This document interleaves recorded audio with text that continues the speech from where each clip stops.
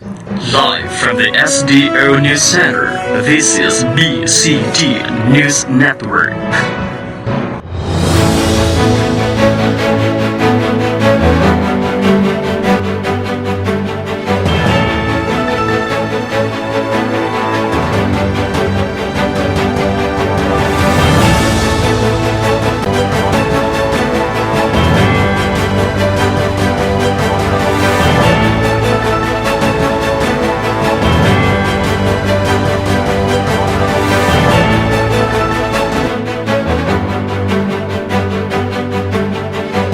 Here are the updates for Table 2, Computed Accomplished Physical Outputs. Office of the Schools Division Superintendent, KRA 1, Administrative Management. Process Employee Salaries and Benefits, 100%. Actual accomplishment, 100%. On-time submission of daily time record and Form 7 and its attachments contributed to the fast processing of salaries and benefits for all Bislig City Division personnel. Process appointment and attachments of newly appointed, promoted teaching and non-teaching personnel, 100%, 23 out of 23. Prepared appointment papers and coordinated with candidate for documentary requirements of civil service. Objective 1.2, maintain and updated an accurate information management system, ICT. Maintain an updated information management system, Bislig City Division Human Resource Database and Trainings, 100%. Property databases, 100%. The Division official website, dapat@bislig.org, 100%. Remarks, maximize the use of the system. For Objective 1.3, 100% allocation of supplies, materials, and equipment were delivered, issued. Issued supplies and materials per inspection and acceptance report, 100%, 85 out of 85 process IAR. Process requisition and issues slip to the end users, 100%, 167 out of 167. Remarks, it is recommended that during the inspection and acceptance of deliveries, all members of inspectorate team must be present. For Objective 1.4, 100% implementation of government laws, policies, plans and programs, rules and regulations on records management. Maintain document tracking system for an easy access of the following documents: submitted reports from schools, forwarded documents from 3 functional divisions, and incoming documents or letters from other agency. 100%, 1 out of 1 tracking system. It made retrieval easy and fast, no need to spend hours searching for relevant documents when in need. Another, conducted webinars on records management system to schools and districts, ADAS, and newly appointed AOs. 1 out of 1 conducted webinar on records management system, 100%. It helped creative solution for managing office documents with space and time-saving techniques that they can immediately apply. For KRA 2, Financial Management, Finance Section, conducted meetings on financial management, 70 out of 70. Continuous monitoring and updating of latest financial developments and information should be done to subsequently disseminate it to the management and school heads in order to help make timely and relevant decisions. Another, for Finance Section, monitor the utilization of MOE funds of elementary and secondary schools and learning centers based on accounting and auditing rules and regulation, and post or download it to respective subsidiary ledgers. 70 schools and 39 LCs, 100%. Remarks, strengthen monthly monitoring of schools and learning centers utilization of funds. Another, for Finance Section, process and sign documents for reimbursement payments of division including 70 schools as to the availability of funds, completeness of supporting documents, accuracy of computation, and proper account classification of personnel services. Target is 100%, 831 out of 831 incoming request of claims. Remarks, close coordination, dedication, and teamwork among all personnel involved in the processing of financial transactions led to the timely release of employee salary and benefits and the other reimbursement. Another, for Finance, process and sign documents for cash advances of 70 schools as to availability of funds, completeness of supporting documents, and accuracy of computations charged to maintenance and other operating expenses, 100%, 63 through cash advance, and 7 through direct payment. Remarks, early deadline of processing of cash advances and its corresponding liquidation report was set on the 4th week of August 2021 in order to have all liquidations submitted by the end week of September 2021. Continuous and strengthened monitoring of Cash advance granted to accountable officers, including the timely submission of its corresponding liquidation reports, improve conduct of technical assistance by respective school administrative assistant for submission of pertinent liquidation reports on time. For KRA 3, performance management, percentage of schools adhering to customized RPMS, conducted performance review and evaluation, 70 out of 70 school heads, 100%, active participation of the school heads, and intensive monitoring of school performances and accomplishments. For objective 3.2, percentage of feedback from clients, serve the client feedback survey form and consolidated the result. 672 of 672 serve feedback survey forms, or 100%. Client feedback provides valuable insight for the organization to stay relevant and to understand the client needs. KRA 4, ancillary service. For the legal section, provided legal advice, opinion to division officials and personnel, read their functions. 5 out of 5 of the provided legal advice or opinion, 100%. Attended consultative meetings and other seminars, webinars which concerns the legal section. 5 out of 5 of the attended consultative meetings and other seminars, or 100%.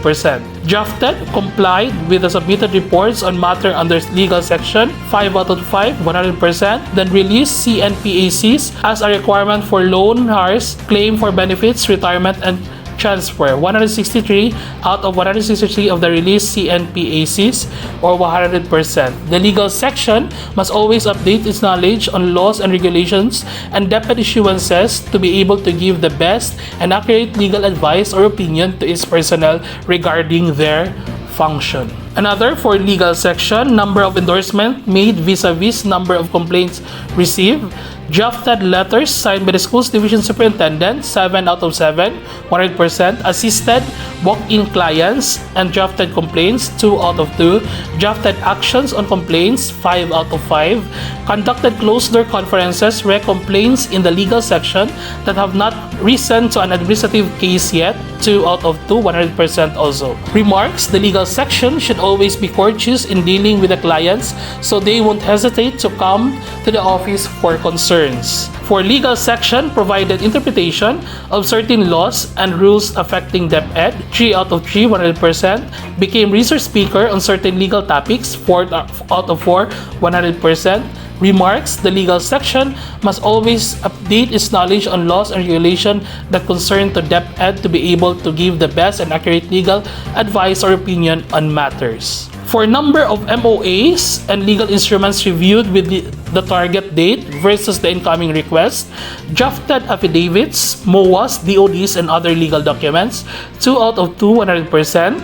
Reviewed MOAs and DODs and provided legal advice, personnel legal documents, 2 out of 2, 100%.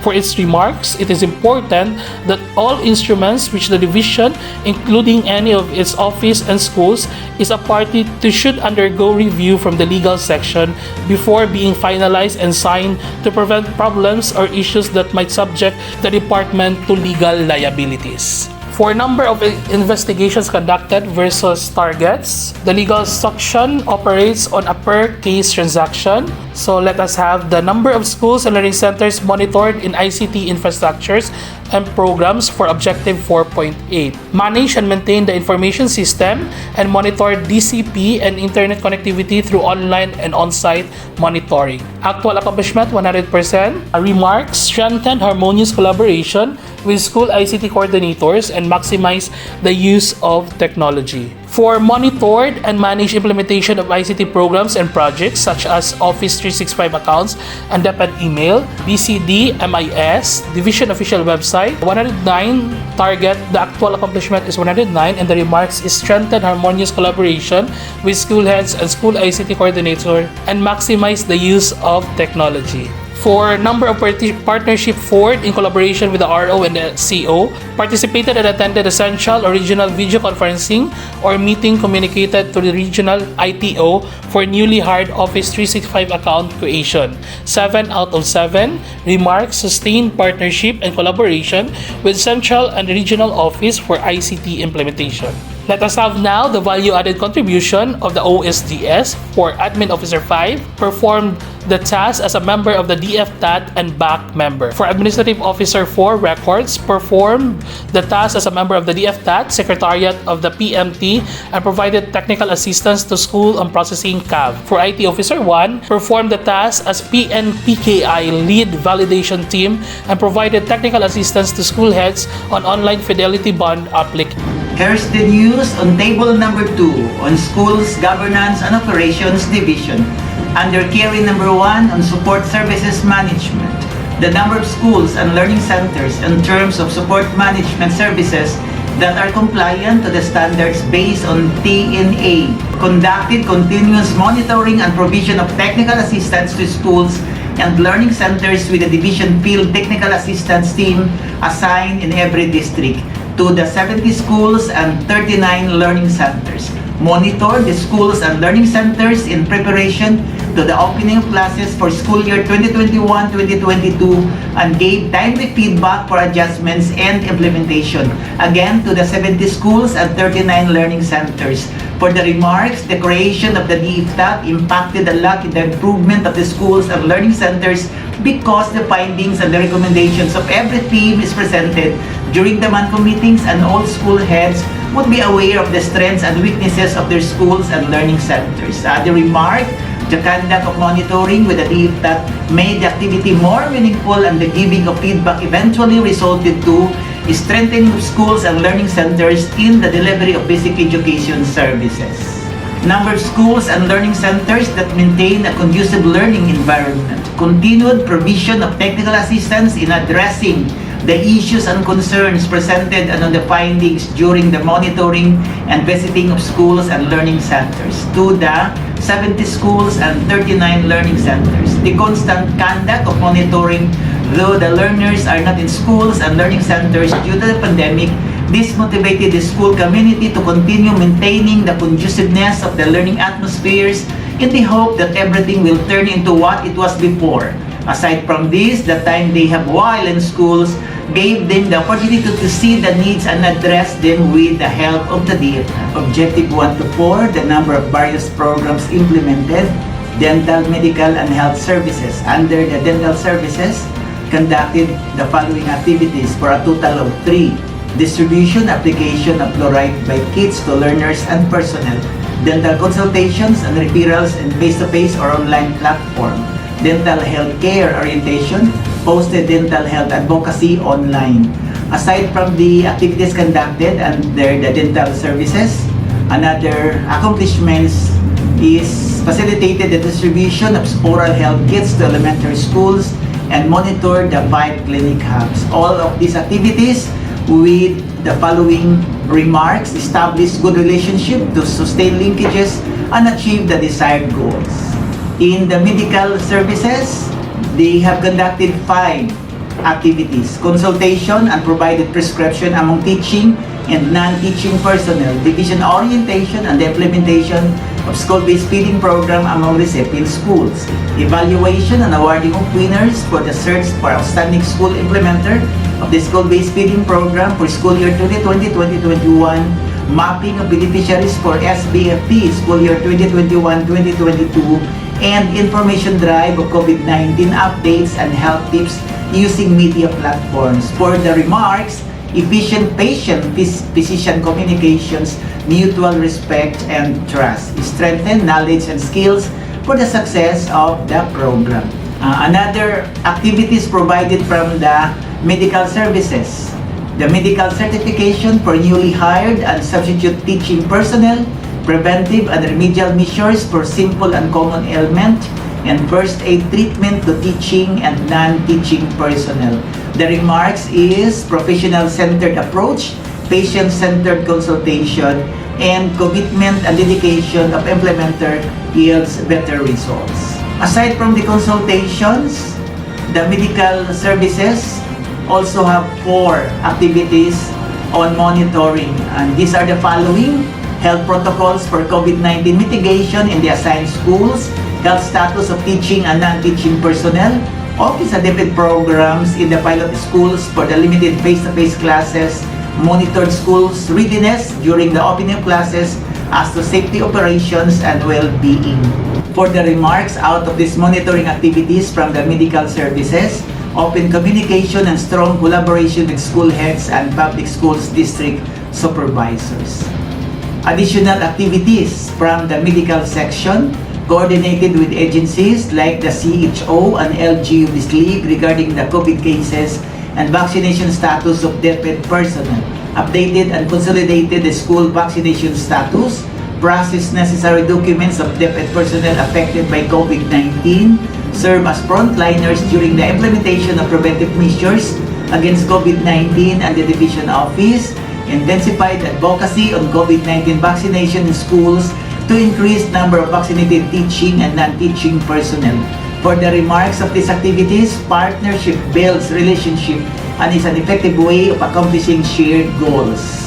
From the Youth Permission section, they have conducted the orientations on the following activities: Gulayan sa Tahanan, interim guidelines on student government elections for school year 2021-2022 under the new normal, responsible parenting and stress debriefing to parents as requested by schools. A total of 3 orientations conducted. The remarks, proper information dissemination about the program ensure success in the implementation. Pursuit of student leadership learner skills even in times of pandemic. Another accomplishment from the Youth Permission section, Ford's partnership with S2S Seeds Foundation. The remarks sent email to S2S Seeds Foundation as part of the requirements for MOA signing.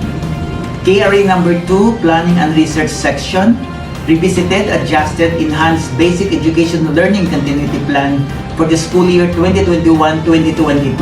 Revisited and adjusted the Division Basic Education Development Plan for calendar year 2017 to 2022.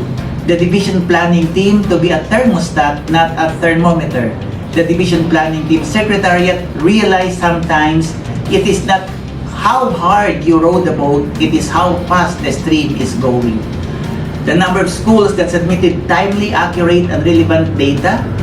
The following activities undertaken under the Planning and Research section: deployed and initiated Google Sheets to schools on MLESF summary matrix, provided technical assistance to schools in the encoding of the LS Quick Count for the school year 2021-2022, continued giving of technical assistance to schools and learning centers in the updating of enrollment and learner profile, and facilitated the deployment of Google Forms to schools and learning centers in retrieving LIS issues and concerns. This is to all the 70 schools and 8 private schools, plus the alternative learning system. The remarks under these activities: the planning and research personnel need to be patient and active online or 24/7 services so as not to bypass requests of the schools for proper monitoring and resolution of requests. It is also learned that we should let some things go over our head like water off a duck's back. Another accomplishments from the Planning and Research section: monitored, conducted researches per BERP guidelines. We have 7 and the actual accomplishment is 7. Spearheaded the conduct of researchers' notebook for work plan, story conference, actual video footage of 3 far-flung schools. And the target is 2 and the actual accomplishment is 2. The focal person to recreate technical working group for the quality assurance of terminal reports. Focal person to monitor implementation of activities per timeline to continue the nature of nurture. Feed the people involved with encouragement, recognition, and hope. KRA number 3, community level linkages and partnerships. This is under the social mobilization. Number of webinars, virtual convergence conducted to schools. Conducted reorientation and convergence to schools, such as the 2021 Brigada Eskwela virtual meeting, reorientation and DPDS, partnership virtual convergence, the 2021 virtual OBE convergence, launching of Brigada Pagbasa, and Division Brigada Eskwela 2021 virtual kick-off ceremony. The target is 2 but the actual accomplishment is 4 with a variance of positive 2.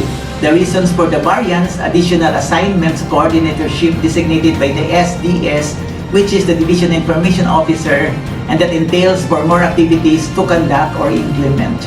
The communication platform created by the Social Mobilization Section comprises with the school BEASP coordinators and school heads was definitely a big help for us to advocate, disseminate information, upcoming activities related to partnership. Objective 3.2, the number of potential donors for specific programs. This is under social mobilization and networking. The target is 30, the actual accomplishment is 30. The identified donors, sponsors for programs, activities, and projects. Number 1, the donors, sponsors for the 18th anniversary celebration of Bislig City Division. We have 12, the donors, sponsors for Brigada Escuela. We have 5, the donors, sponsors for the Division World Teachers Day celebration. We have also 5, and we have sponsors for Project GASA, inclusive with Project Radio from the CID, initiated by the CID Chief Dr. Marvelyn C. Francia. We have 8.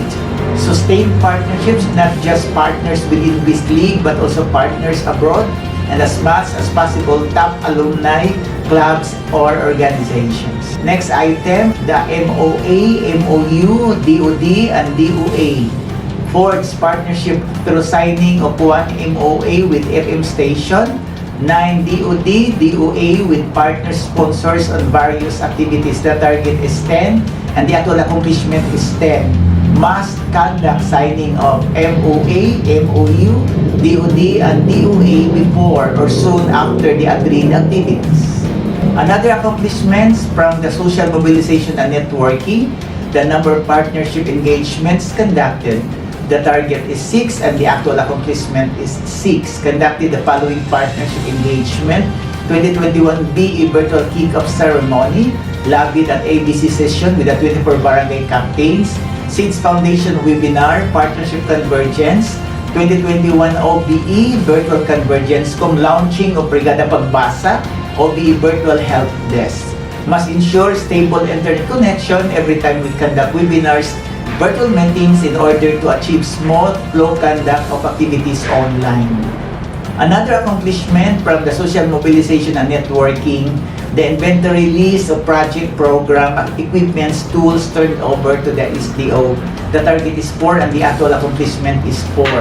The turning over of donations from program project partners with inventory list are the following: receive 885 pieces of jam ropes from Nestle. Tagum Cooperatives handled out 33 cans of paints and 6 boxes of band paper. 160 pieces of PC tablets were distributed to schools from the LGU Fund. A photocopier with health essentials were given to Mabog National High School from West Rural Bank. Sustained partnerships, not just partners within Bislig, but also partners abroad, and as much as possible, top alumni, clubs, or organizations. Key area number 4, human resource development. Number of capacity building managed conducted during the 3rd quarter. The target is 16. The actual accomplishment is 16. The conduct of the need-based learning and development activity is very important so that the employee goals will be aligned with the performance of the organization. Also, the focus on what is required and work with competence to produce excellent results. Objective 4.2, teaching and non-teaching personnel demonstrate at least very satisfactory performance. Train teachers on skills and competencies enhancement. The target is 975 and the actual accomplishment is 975. Trained non-teaching personnel on skills and enhancement. The target is 96 and the actual accomplishment is 96.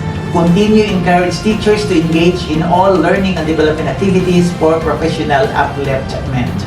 OPD NTP fund was utilized for the reorientation of office compendium to the administrative officers, administrative assistants, administrative aides, and other non-teaching personnel.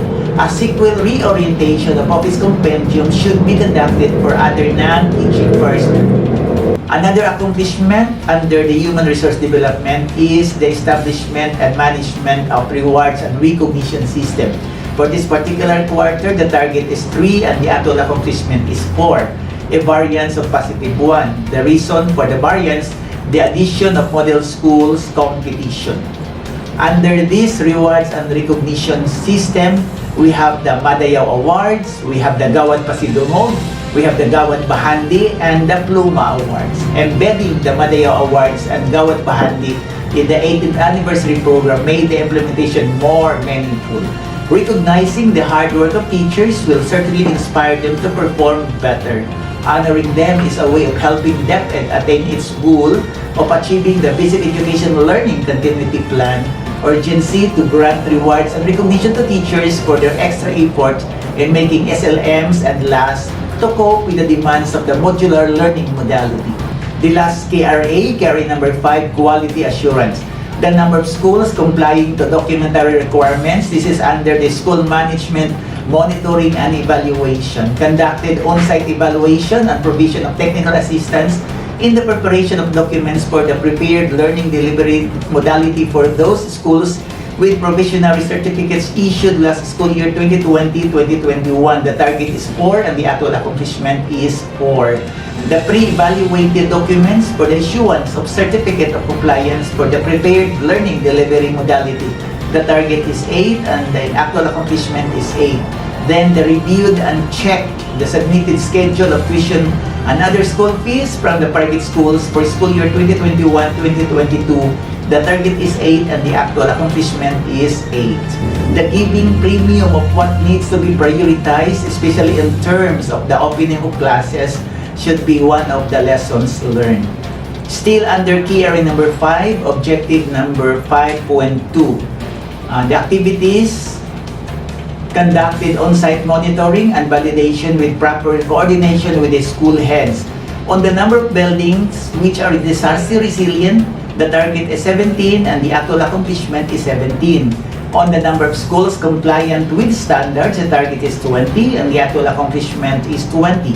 On the number of school grounds which are hazard-free, the target is 21 and the actual accomplishment is 21. Compliant to standards set by the central office ensures the safety of learners and the workforce. Objective 5.3, the number of quality assured learning and development programs. This is under SMME, quality assured trainings, webinars per request of the program owners. The target is 24 and the actual accomplishment is 24. Quality assured pieces of training will redound to the improvement of the teaching learning process, intensified implementation of the learning and development standards. Objective 5.4 on the number of schools achieving a higher SBM level of practice. The target is 11 and the actual accomplishment is 11. This is in the provision of technical assistance to schools undergoing regional SBM Level 3 validation. Objective 5.5 on functional DMEA and SMEA report. Conducted virtual pre-DMEA, tagged as Panagbulig, participated by the 3 functional divisions, the USDS, the CID, and the SGOD. Consolidated and analyzed quarterly DMEA progress report. Also, about the SMEA, conducted virtual DSMEA Panagbulig, participated by the DFTAT, and consolidated and analyzed quarterly SMEA progress report. Proper coordination and open communication among the 3 functional divisions achieve favorable results. It is deemed necessary that planning is to be done for activities to be conducted to have ample time to review and analyze. Information gathered during the DSMEA presentation is vital in the analysis of the report. Objective 5.6 on the number of monitoring and evaluation tools developed and crafted. Develop offline and online M&E tools for orientations, webinars, and other activities conducted in the division. The target is 28 and the actual accomplishment is 28. Availability of standardized M&E tools from the regional office and contextualized in the division level. Objective 5.7, the number of schools and learning centers monitored and evaluated. Our target is 6 and the actual accomplishment is 6. These are the activities conducted: the SBM Level 3 regional surveillance, the physical inventory of existing printed SLMs and LAS, the school readiness for school year 2021-2022, the inter-district validation of ALS portfolio, MANCOM meetings, orientations, webinars, and other SDO activities. Sustain the practice of providing technical assistance for continuous improvement. Support and teamwork among school heads and DFTAT members are key factors in the success of the implementation of any activities. commitment of the persons involved in the undertaking made the activity possible, and the openness of the focal person to the culture of evaluation helps ensure the quality of training being conducted. The last objective under KRA number 5, objective 5.8, this is about the number of monitoring and evaluation results analyzed with interventions. In this quarter, the target is 28 and the actual accomplishment is 28. Information gathered in the data analysis is helpful in formulation of policies. These are the value-added contributions of the men and women under SGUD. From the table of the Education Program Supervisor, Mrs. Mercedita Q. Oralbar. From the section of the Education Facilities, Engineer Zujet Pitilo and Engineer Ausa.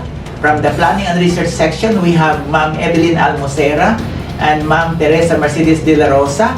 From the Human Resource Development section, from SEPS Ismael P. Indaya and EPS2 Jaime Omandam. We have also from the SMME under SEPS Adel Pasidua and EPS2 Christopher Kimila. We have from the Social Mobilization and Networking, SEPS Lalaine Gamora and EPS2 Don de la Victoria, together with the PDO for the DRRM, Engineer Mario Lisiges. And of course, we have also from the section under the Youth Formation with our two Youth Formation Officers, Sir Jumaico Nunez and Ma'am Noemi Oropilia, to complete the men and women under the SGUD on the value-added contributions. We have our medical, nursing, and dentist personnel headed by Dr. Julia Joy Dumanon, together with our two dentists, Dr. Robime Paculaba and Dr. Wilmary Sanchez, and our 9 nurses headed by the head nurse, Ms. Jessa Delio. Under Curriculum Implementation Division, first KRA is on Instructional Management. Objective 1.1, manage the implementation of basic education curriculum and special curriculum programs. Planned activities, monitor implementation of the K-12 basic education curriculum in consonance with RA 10533. Target is 70, actual accomplishment is 70, so we have 0 variance. Next activity, develop M&E tools for all the apps which are used for monitoring the implementation of the basic education curriculum and special curriculum programs responsive to the needs of the learners and teachers amidst the COVID-19 pandemic, which form part of the harmonized monitoring tool to be used by the DFTAP when monitoring all the schools in the division. So we have 0 variance. So the remarked M&E tools need to be reviewed and analyzed as basis for sound decision making and policy recommendation to improve implementation of the various PAPs addressing the concerns with the basic education curriculum implementation. So number of schools implementing special and co-curricular programs in compliance to standards as to it. So first, SSES and SDE disseminated the Sumbanan Regional Contextualized Manual for the implementation of special curricular programs in science.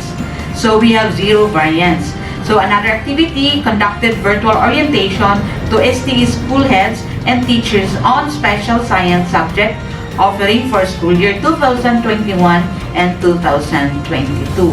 So for SPA or SPA, conducted FGD for SPA on the issues and concerns, especially on the low enrollment rate.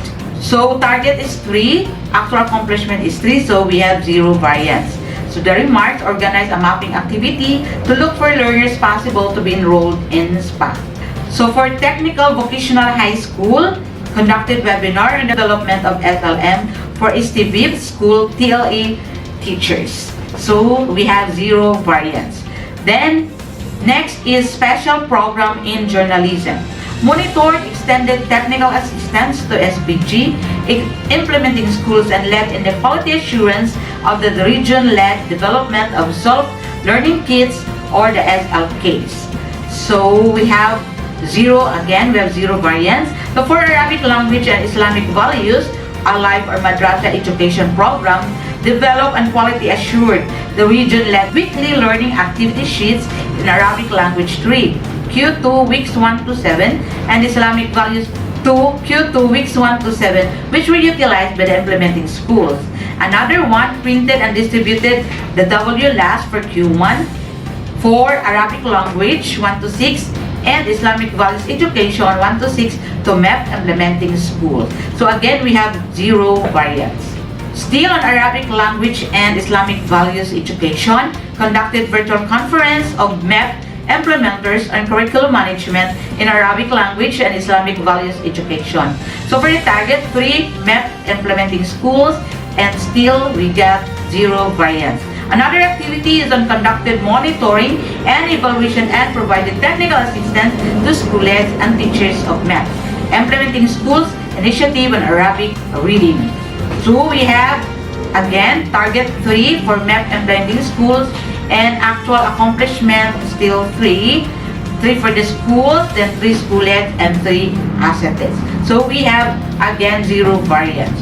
Next on Every Child a Reader program or the ECARP. To plan activity, monitored and provided technical assistance to all schools in implementation of their reading program. Till we have 0 variance.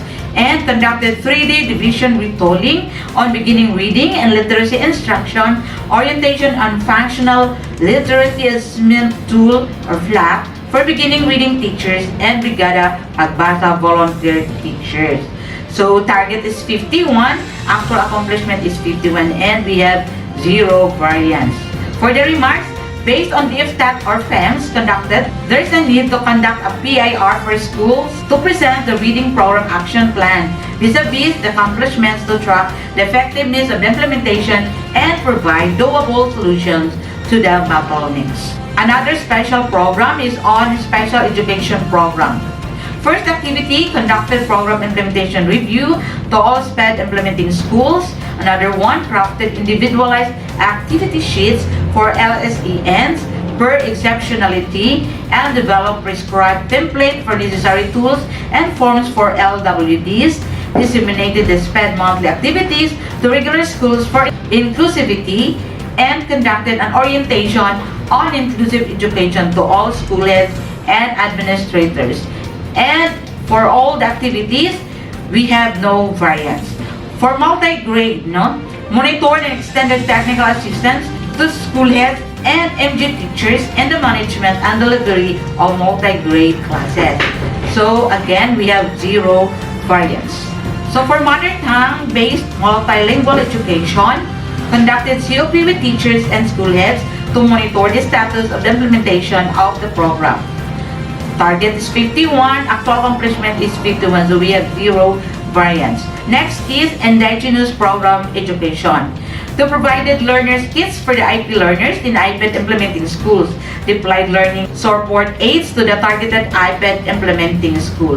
So again, we got the 100% accomplishment, so we have 0 variance. Now for alternative learning system, led in the development of the RBI scripts in the 6 learning stands to be used by all learners during the RBI sections via FB live streaming. Another one, conducted monthly learning enhancement team sessions to ALS teachers to track the implementation of ALS programs in the learning centers. So we have again 0 variance for that one. So next is on the alternative learning system again, provided technical assistance to the school heads of the ALS implementing schools and blended F2F and virtual modality. Then provided technical assistance through conduct of learning action cells and other related webinars to improve classroom management skills, instructional competence, and conduct of school-based action research. Still, we have 0 variance. So for objective 1.2, provide technical assistance to schools and learning centers in classroom management skills, instructional competence, and action research. Provided technical assistance to the school heads of the ALS implementing schools in blended F2F and virtual modality. Then provided technical assistance, conduct of action cells and other related webinars to improve management skills, instructional competence, and conduct of school-based research. So again, we have 0 variance. For objective 1.3, capacitate school heads and teachers in the implementation of K-12 curriculum and special curricular programs. So for the school heads, so skilled school heads on the various paths related to the K-12 basic education curriculum. Again, we have 0 variance. For the teachers trained, reskilled teachers on the various paths related to the K-12 basic education curriculum via orientation, laxations, and community of practice. So the target 975, actual accomplishment is 975. Again, we have 0 variance. So for KRA 2, assessment of learning, for objective 2.1, guide the schools and learning centers in the effective management of learning assessment for better learning outcomes. First activity, conducted division orientation on DO31 series of 2020 on assessment in the new normal. So we have 0 variance. Reorientation serves as guide for teachers and instructional leaders on the assessment of learnings on the grading system. Another one, conducted orientation on the development and quality assurance of summative assessment within work and integrative performance tasks such as Project CPAG, Simplified Integrative Performance Assessment Guide, for subjects using Filipino as medium of instruction and realistic, engaging assessment for life for subjects using English as medium of instruction. Implemented the division-wide validation of the project real outputs for phase 1. Again, we have 0 variance. For objective 2.2, provide technical assistance to schools and learning centers in analyzing assessment results for possible interventions. Presented report and assessment and provided technical assistance to schools for the appropriate interventions. So targets 109, actual accomplishment is 109, so we have 0 variance. Under objective 2.3, led in the formulation of assessment tools to diagnose learners and their achievement in the different learning areas. No other activities develop and quality assured thematic performance tasks in English, science, mathematics, TLE under Project REAL, and for Filipino, Arling Panlipunan, MAPI, Values Education under Project CPAG. Then we have, again, 0 variance. There is a need to conduct thorough polishing and quality assurance of all the outputs to ensure that the materials are ready for use of the learners. So for KRA 3, Learning Resource Materials Management and Development. First objective 3.1, develop contextualized learning resources by learning area for schools and learning centers. For kindergarten, school provided with the enhanced of the kindergarten learning activity sheets. MTB-MLA provided elementary schools with quality assured MTB1 last translated in the Sinobuanong Binisaya. So we have 0 variance again. For English, first activity, led in the division enhancement of select class utilized by all schools for grade 1 to 10. Second, spearheaded in the development of a suggestive enhanced action plan for all the schools to benchmark for their school reading program aligned with Brigada Pagbasa. So again, we have 0 variance. Schools need to incorporate the Brigada Pagbasa activities in their action plan. Thus, track the enhanced action plan via a PIR. So for English, again, so the third activity, led in the development of supplementary learning resources, materials for K-3 learners such as digitized stories utilized by schools via the RO-led webinar on ELLN. Another one, conducted division webinar on enhancing educators' competencies in English instruction, rising to the challenges of literacy in the global context. Again, we have 0 variance. For math, develop suggestive weekly home learning plans aligned to self-learning modules in mathematics. So for 70 schools targeted, actual accomplishment is 70, so we have 0 variance.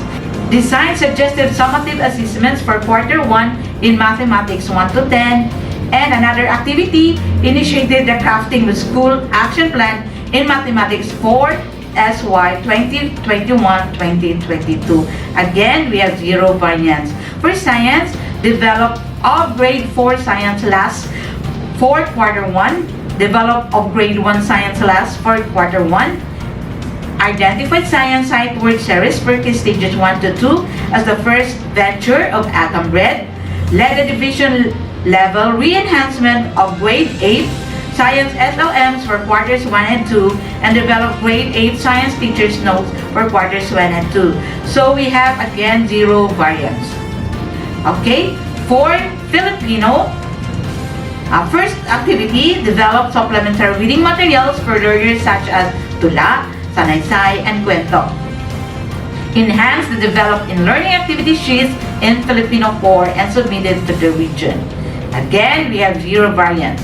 For Arling Panlipunan, first activity, enhance and quality assured Alam ng Puso learning activity sheets in AP 1 to 10, and conducted virtual conference participated by teachers, school heads, and supervisors on the implementation of AP curriculum, WHLP, and assessment. So we have 0 variance.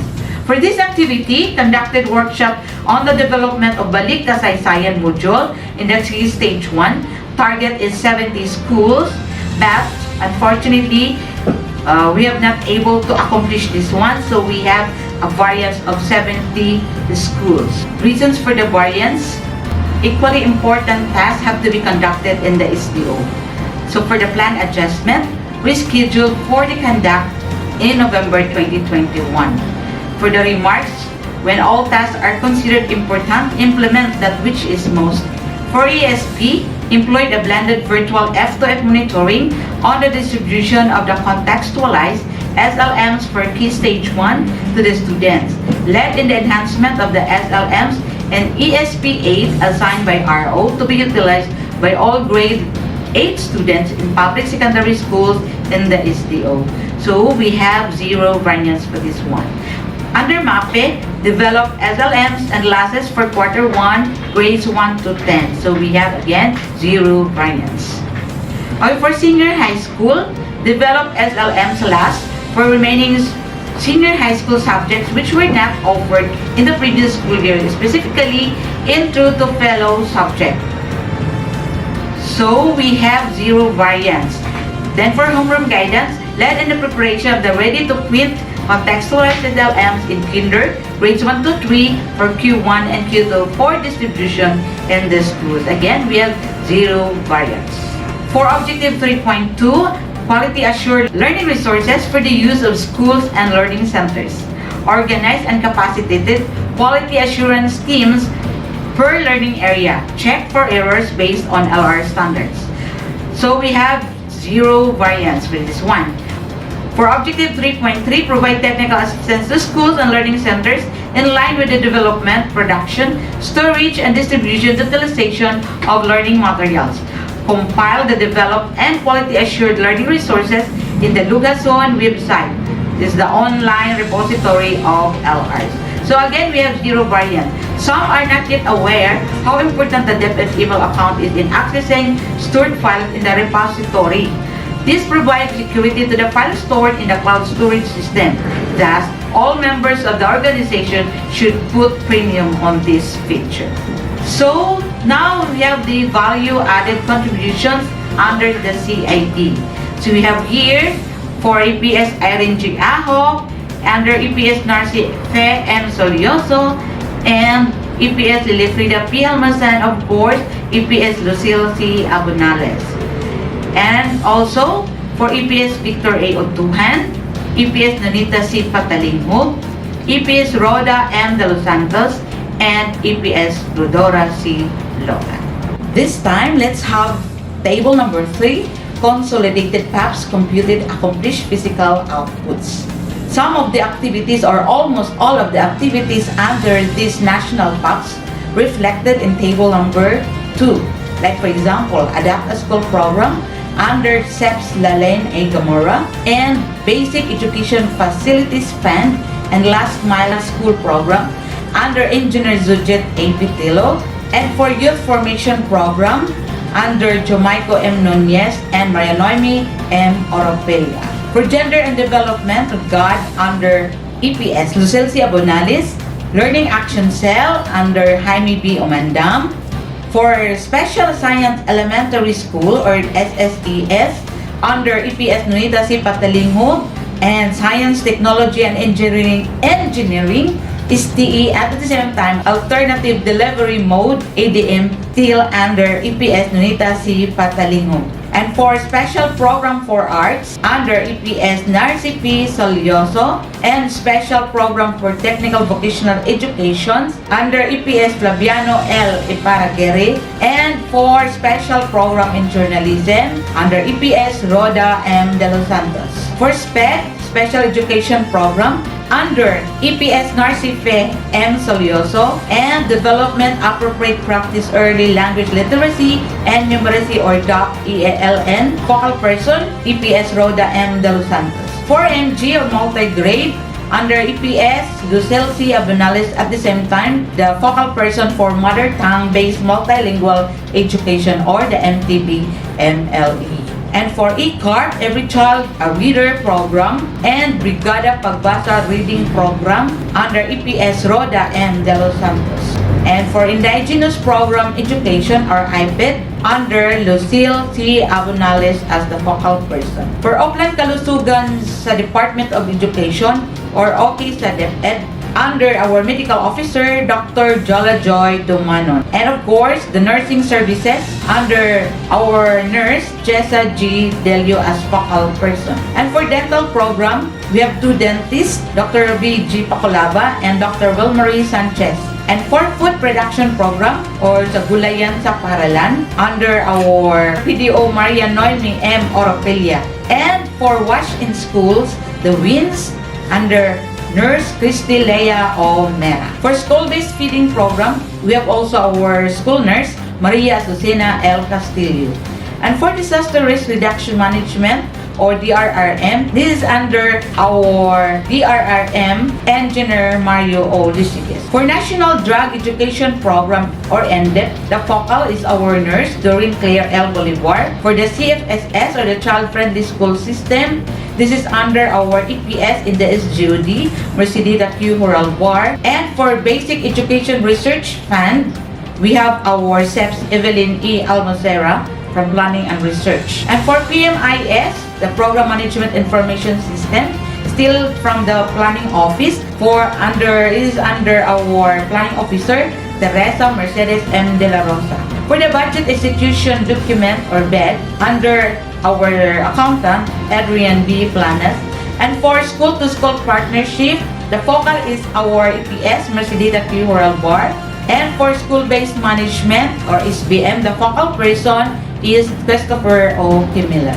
And for Alternative Learning System, or ALS, and for Community Learning Center, or CLC, this is under Victor A. Ontuan, the PSDS. For radio-based instruction, we have for English, Ma'am Ruda de los Santos, Filipino, EPS Irene Aho, and for ALS, PSDS Victor A. Ontuan. For the Assessment and Certification of Learning, this of course our ALS coordinator, the PSDS Victor A. Ontuan. Now for Arabic Language and Islamic Values Education, or ALIVE, this is our focal person is EPS Lilifreda P. Almasan.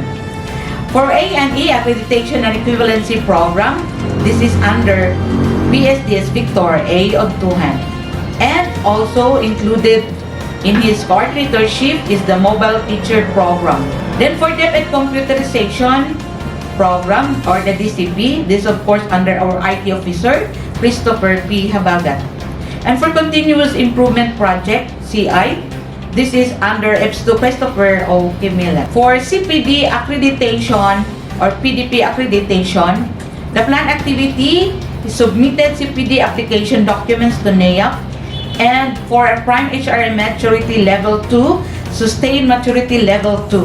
This is under our HRD SEPS Ismail P. Indaya. So for the remarks, constant encouragement, especially to program owners, is needed for submission of application documents to succeed. Under Prime HRM, strong collaboration with colleagues will help strengthen the implementation of the program. We have also our scholarship for the employees. This is under Sir Jaime Umandam, and scholarship program for the learners under our SEPS for the SOCMOV, Lalaine A. Gamor. For learning resource, this is under EPS JS IOP, conducted and facilitated quality assurance of LRs, CO and DO initiated. then provided technical assistance to subject areas on the locally developed SLMs and labs, and facilitate availability thereof, facilitated instrument ensuring authorized use and distribution of SLM, produce instructional videos on the use of educational technology, facilitated and managed inventory of digital learning resources, and conducted information dissemination on the updates regarding SLM and other concerns. Then distributed storybooks, Filipino, English, Sinigbuanong Binisaya, and documentation reports of PAPs, statement of expenditures, SOEs, activity designs, purchase request, PR. Prompt submission and conformance to layout standards is needed. Breaking news on table number 4. Consolidated PAPs computed accomplished physical outputs. These are local PAPs implemented in the division. To begin with, we have from the Office of the Schools Division Superintendent, the project proponent is no less than our Schools Division Superintendent, Dr. Gregoria Tulibasu. Project SUSI, Serving Underprivileged Students Initiative. The Project SUSI is an outreach program that aims to help the children, teachers, and parents to supplement modular learning. The purchase supplies from the proceeds of the online selling and donations from district and schools distributed to learners of the selected schools. We have from the Schools Governance and Operations Division, the Project GASA, Project Barong, Basic Assistance in Recovery Operations Group, and Project Alert, Activating Launch for Emergency Respondents Team System. These projects are under SEPS Lalaine Gamora and EPS2 Don de la Victoria and PDO Engineer Mario Lisiges. Another project from the SGOD, the Project Big Bag, Believing in God's Blessings and Graces. We have also Project Ampay, Assessing and Managing Possible Avenues for Improvement. This is under the Youth Formation, PDO Maria Noemi Oropilia and PDO Jumay Conomies. We have also under SRD, SEPS Ismail P. Indaya and EPS2 Jaime Umandang, the Madayaw Awards and the Gawad Bahandi. The local PAPs under the Curriculum Implementation Division, CID, we have the following: LR Field Technical Assistance Visit, the LRF Tech. We have also the Decentralized Aligned Services in Increasing Gains for LR DASIG LR. We have the Project Grail, Gadget Resource Applied in Learning, and Paalab sa Hub online platform. All these 4 projects mentioned is under the care of EPS JSIM. We have also from the Alternative Learning System, local PAPs under Sir Victor Utuhan, the ALSORI, Strategic Approach to Unify and Reinforce Instructional Support to School Heads and Teachers. We have also the Leap Up ALS and Community Tech for Ed Center. Another project from CID under the care of Mambruda de Los Santos, we have Project Thrive, Teaching Harmoniously via Reading Towards Increasing Literacy through Valuable Activities for Excellence. Dr. Irene G. Ahok, our EPS in Filipino and in charge for the senior high school, has 2 local projects. These are the Brigada Pagbasa sa panahon ng pandemya and the Agham Read. We have also coming from Dr. Nonita C. Patalinghog, our science supervisor, the Tubod Compendium of Science Journals. Those are the local PAPs coming from the 3 functional divisions, the SGOD, OSDS, and CID, implemented during the 3rd quarter of this year. Let us now have Table 5, Consolidated Issues and Proposed Resolutions. For SJOD, issues within the unit's control, planning and research section, and availability of internet connectivity in far-flung areas. Proposed resolution, TAP Management and IT Group to provide long-range wireless internet transmitter and receiver. For issues for attention of higher management, LIS system glitch such as removal of teacher or school head who is redeployed to other station, and appearance of resolved transfer issues in the dashboard. For technical, LIS to provide access to advisors from private schools in all levels and senior high school advisors to encode learners' basic profile and status and not to utilize the system admin account. Proposed resolution or action sought from management, COIT to address the issues. For financial, unavailability of SARO for LIS activities, proposed resolution, CO to provide SARO. For Curriculum Implementation Division, Environmental or Infrastructure Issues for Higher Management, the Division Library Hub needs major repair. The leak roof poses a threat of destroying the facility. The rainwater leak also gives potential risk of electrical shock as some outlets are exposed on it. Book racks have started to warp and collapse. Collections are in danger of getting damaged. For proposed resolution are actions sought from management requesting the educational facility coordinators in the division, regional, and central offices for the provision of repair and secure funds needed. On financial matters, this is brought to you by our Accounting and Finance Office. Table number 6, status of allotment and utilization of funds for the functional divisions. The total allocation for the third quarter is 1,224,750 pesos for the whole division. As we can see, the OSDS has the biggest share because all other administrative costs are catered by that office. As shown in the pie graph, SGOD is allocated with 206,250 pesos or 17%, while CID with 264,525 pesos or 22%, while the OSDS amounting to 753,975 pesos or 61% of the total allocation. Illustrated in the above bar graph, it can be seen that only 74.26% of the third quarter allocation is being utilized, in which the amount is 909,452 pesos and 67 centavos over a total allocation of 1,224,750 pesos. OSDS got the highest percentage of utilization, having 79.30% or a total of 597,884 pesos and 13 centavos over its allocation amounting to 753,975 pesos. Followed by the CID having 68.64% utilization or an amount of 181,578 pesos and 86 centavos over its allocation of 264,525 pesos, and then by the SGUD of 63.03% or an amount of 129,989 pesos and 68 centavos over its allocation amounting to 206,250 pesos.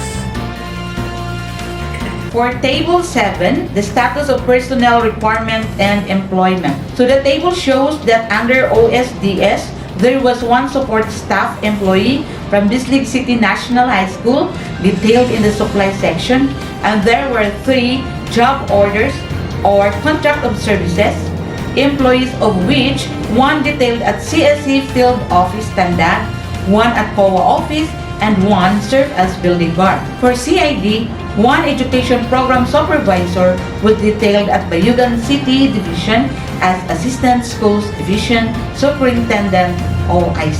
For our final report, the summary of the consolidated computed physical outputs from quarter 1 to quarter 3 from the Office of the Schools Division Superintendent. During the quarter 1, the target is 21, the actual accomplishment is 21, and the percent of accomplishment is 100%. During the quarter 2, the target is 19, the actual accomplishment is 19, and the percent of accomplishment is 100%. For quarter 3, the target is 28, the actual accomplishment is 28, and the percent of accomplishment is 100%.